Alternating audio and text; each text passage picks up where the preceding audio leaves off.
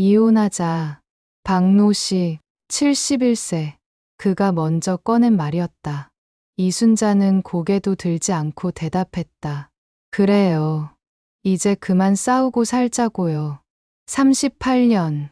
그 긴 세월이 주민센터 책상 위 한 장의 서류로 끝났다. 도장을 찍는데 손이 떨렸다. 순자는 그게 분노 때문인지 슬픔 때문인지 알 수 없었다. 밖으로 나온 두 사람은 서로 다른 방향으로 걸어갔다.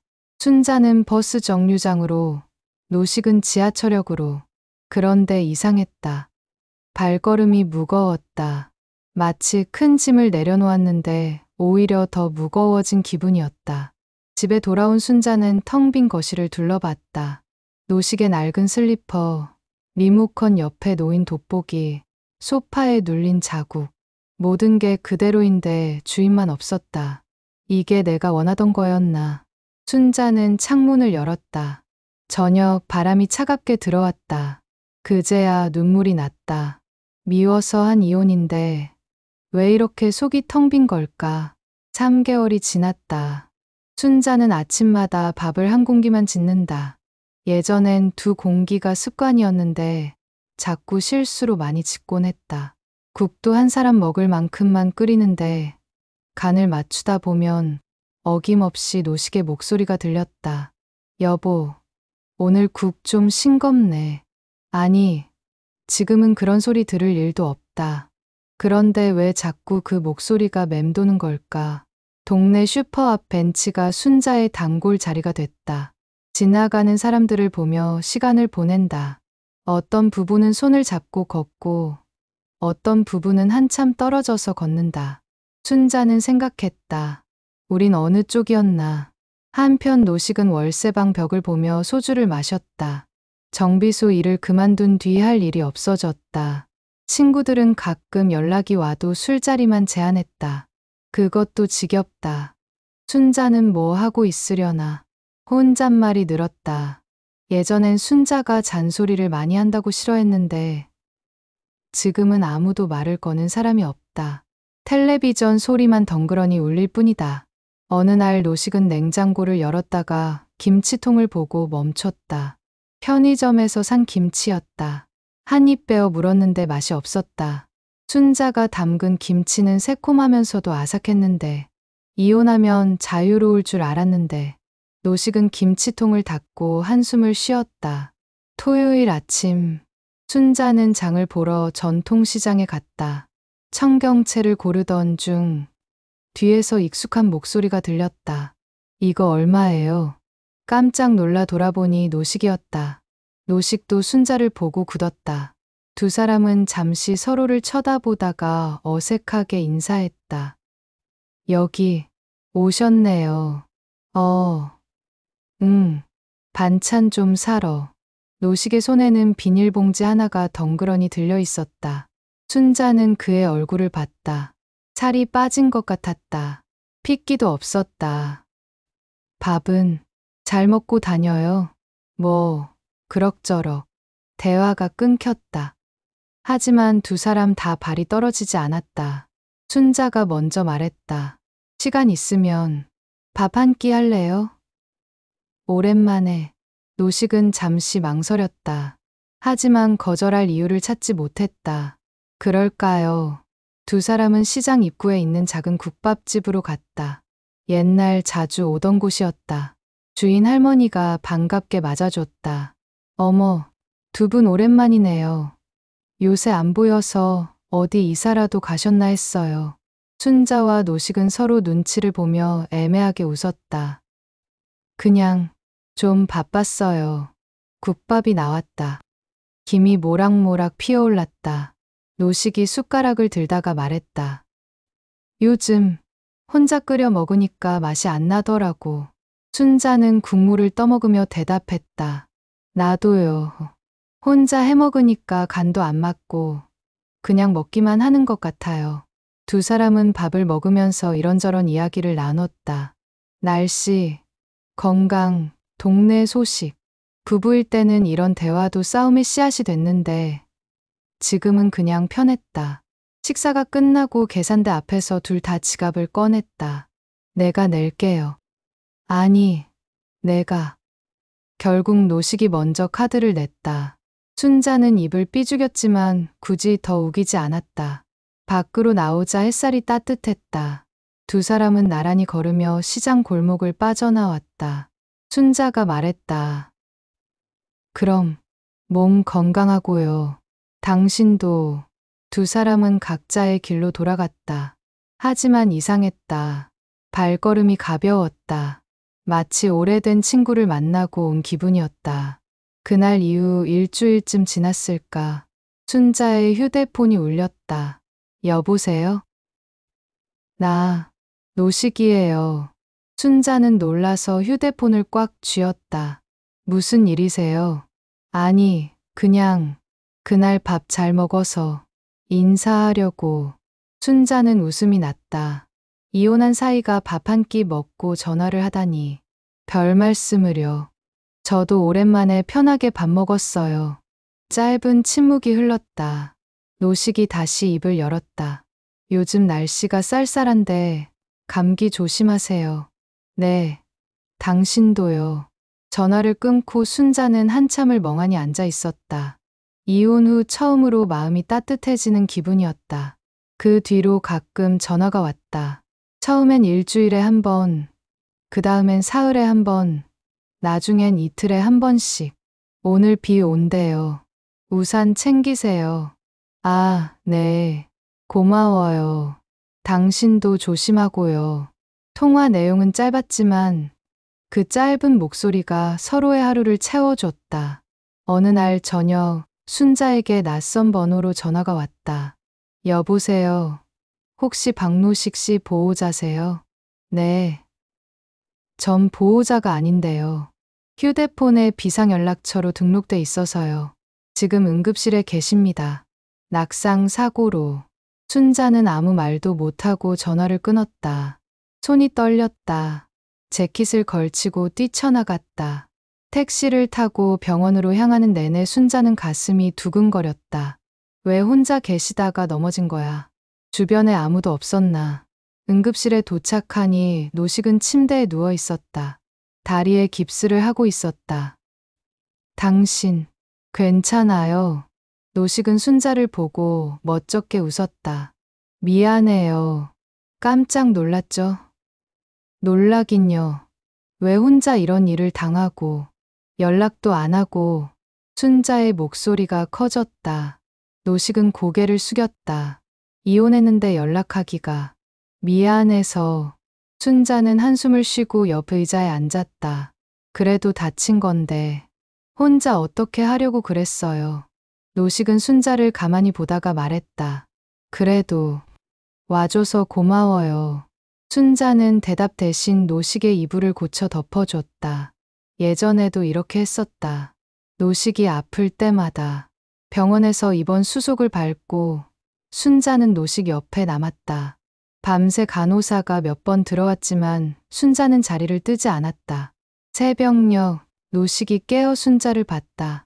순자는 의자에 앉은 채 졸고 있었다. 노식은 조용히 말했다. 미안해. 그리고 고마워. 노식은 일주일간 입원했다. 순자는 매일 병원에 왔다. 죽을 끓여오고 과일을 깎아주고 이불을 정리했다. 이혼한 사이인데 이렇게까지 해줄 필요 없어요. 노식이 미안해하며 말했지만 순자는 웃으며 대답했다. 친구잖아요. 친구가 아프면 당연히 챙기는 거죠. 노식은 순자의 그 말이 참 이상하면서도 고마웠다. 친구. 부부보다 편한 그 단어. 어느 날 저녁 두 사람은 병실 창가에 나란히 앉아 노을을 봤다. 노식이 먼저 입을 열었다. 사실 그때 내가 너무 고집이 세서 그랬어요. 미안했어요. 순자는 고개를 저었다. 나도 마찬가지예요. 당신 탓만 했죠. 진짜 문제는 서로 말을 안 한 거였어요. 두 사람은 한참을 침묵했다. 그런데 그 침묵이 불편하지 않았다. 오히려 포근했다. 당신 없으니까 진짜 외롭더라고요.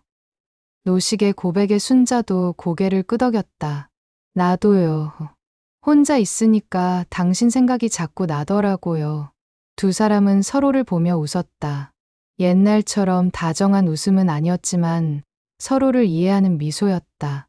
노식이 퇴원하던 날, 순자는 그를 집까지 데려다 줬다. 혼자 계시면 안 돼요. 누가 챙겨줘야죠. 괜찮아요. 이제 다 나았어요. 그래도 순자는 노식의 월세방을 둘러봤다. 좁고 허름했다. 냉장고엔 김치 하나, 계란 몇 개가 전부였다. 이렇게 사시면 어떡해요. 제대로 먹지도 않고. 순자는 그날 저녁 반찬을 몇 가지 만들어 냉장고에 채워줬다. 노식은 그 모습을 보며 눈시울이 붉어졌다. 고마워요. 정말 친구니까요. 순자가 돌아가려 하자 노식이 불렀다. 순자 씨. 왜요? 가끔 이렇게 들러줄 수 있어요? 순자는 잠시 망설이다가 고개를 끄덕였다. 그럼 당신도 우리 집에 가끔 오세요. 혼자 먹기 아까운 음식 같이 먹어요. 그렇게 두 사람은 새로운 관계를 시작했다. 부부도 아니고 그렇다고 남남도 아닌 친구 사이로. 계절이 바뀌어 봄이 왔다. 순자와 노식은 함께 동네 공원을 산책했다. 벚꽃이 만개한 길이었다. 참 예쁘네요. 그러게요. 작년에도 여기 왔었죠. 그때는 싸우고 왔었는데 두 사람은 웃으며 벤치에 앉았다. 노식이 조심스럽게 물었다. 혹시 후회해요? 이혼한 거. 순자는 한참을 생각하다가 대답했다. 후회라기보단 아쉽죠. 그때 조금만 더 참았으면, 조금만 더 이해했으면 어땠을까. 나도 그래요. 하지만 노식이 순자를 보며 말했다. 이혼하고 나서야 당신이 얼마나 소중한 사람인지 알게 됐어요.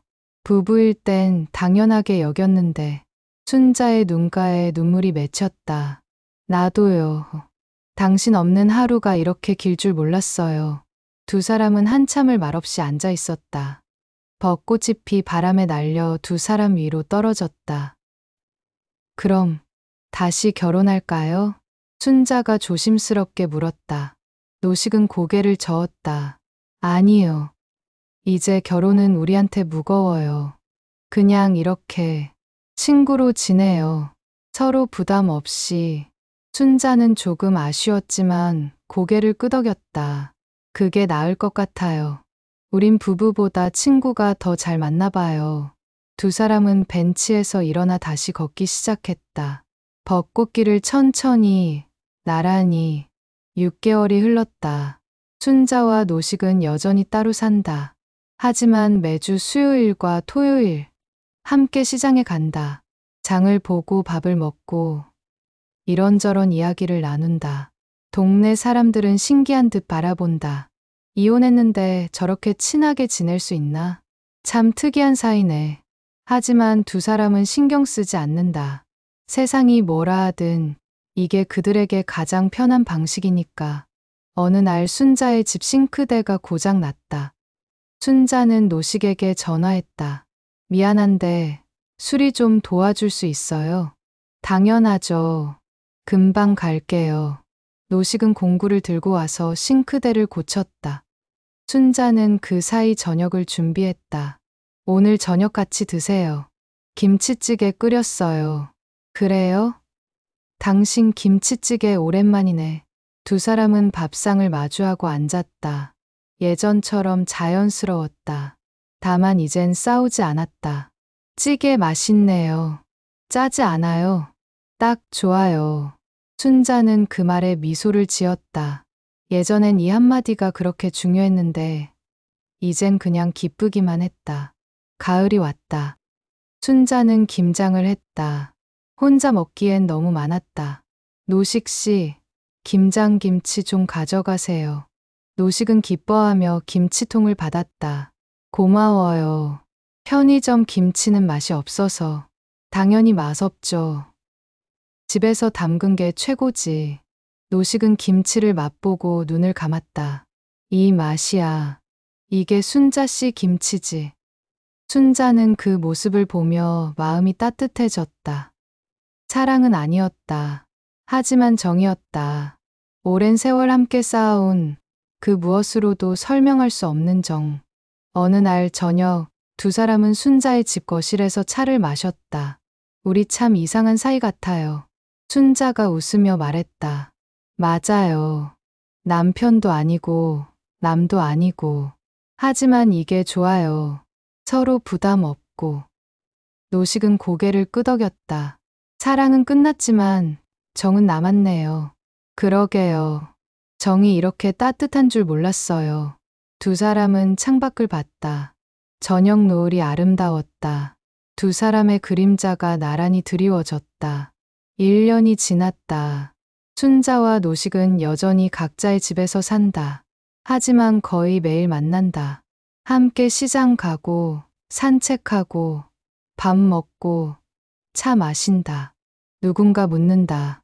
다시 결혼 안 하세요? 순자는 고개를 젓는다. 결혼은 이제 안 해요. 그냥 친구로 지내는 게 더 좋아요. 친구요? 이혼한 사이인데. 네, 친구예요. 세상에 그런 친구도 있어요. 노식도 덧붙인다. 사랑보다 오래가는 게 있더라고요. 그게 바로 정인 것 같아요. 동네 사람들은 신기하다는 듯 바라보지만 두 사람은 개의치 않는다. 오늘도 두 사람은 나란히 걷는다. 석양을 등지고 느린 걸음으로. 손은 잡지 않지만 어깨는 나란하다. 이혼이 끝은 아니었다. 그저 다른 시작이었다. 사랑이 식어도 정은 남는다. 그리고 그 정이 황혼을 따뜻하게 비춘다. 두 사람의 뒷모습이 노을 속으로 사라진다. 끝이 아니라 계속되는 이야기처럼. 당신에게 묻습니다. 사랑이 끝난 사람과 친구로 남을 수 있을까요? 혹시 그게 진짜 성숙한 관계는 아닐까요?